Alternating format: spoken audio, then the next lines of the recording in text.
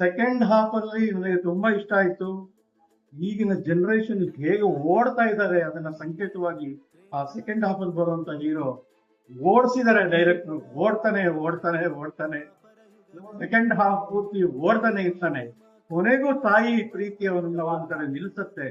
ಆ ತಾಯಿಯ ಪ್ರೀತಿಯ ಒಂದು ಏನಿದೆ ಅದ್ರ ಬೆಲೆ ಇದೆ, ಅದು ಬೆಲೆ ಕಟ್ಟಕ್ಕಾಗಲೇ ಅದನ್ನ ತಿಳ್ಕೊಳ್ಳುವಂತ ಆ ಮೇಷ್ಟ್ರು. ಅಲ್ಲಿ ನಮ್ಗೆ ನಾಗರಹಾವು ಚಾಮಯ್ಯ ಮೇಷ್ಟ್ರು ಜ್ಞಾಪಕಕ್ಕೆ ಬರ್ತಾರೆ. ಚಾಮಯ್ಯ ಮೇಷ್ಟ್ರ ತರ ಇಲ್ಲಿ ಒಂದು ಮೇಷ್ಟ್ರ ಒಂದು ಪಾತ್ರವನ್ನು ಸೃಷ್ಟಿ ಮಾಡಿದ್ದಾರೆ.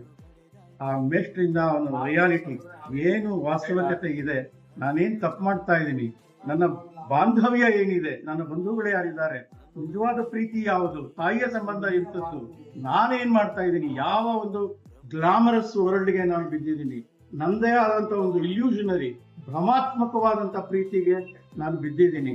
ತಂದೆ ತಾಯಿಗಳನ್ನ ನಾನು ನಿಕೃಷ್ಟ ಮಾಡಿದ್ದೀನಿ, ಅವ್ರನ್ನ ನೆಗ್ಲೆಕ್ಟ್ ಮಾಡಿದ್ದೀನಿ.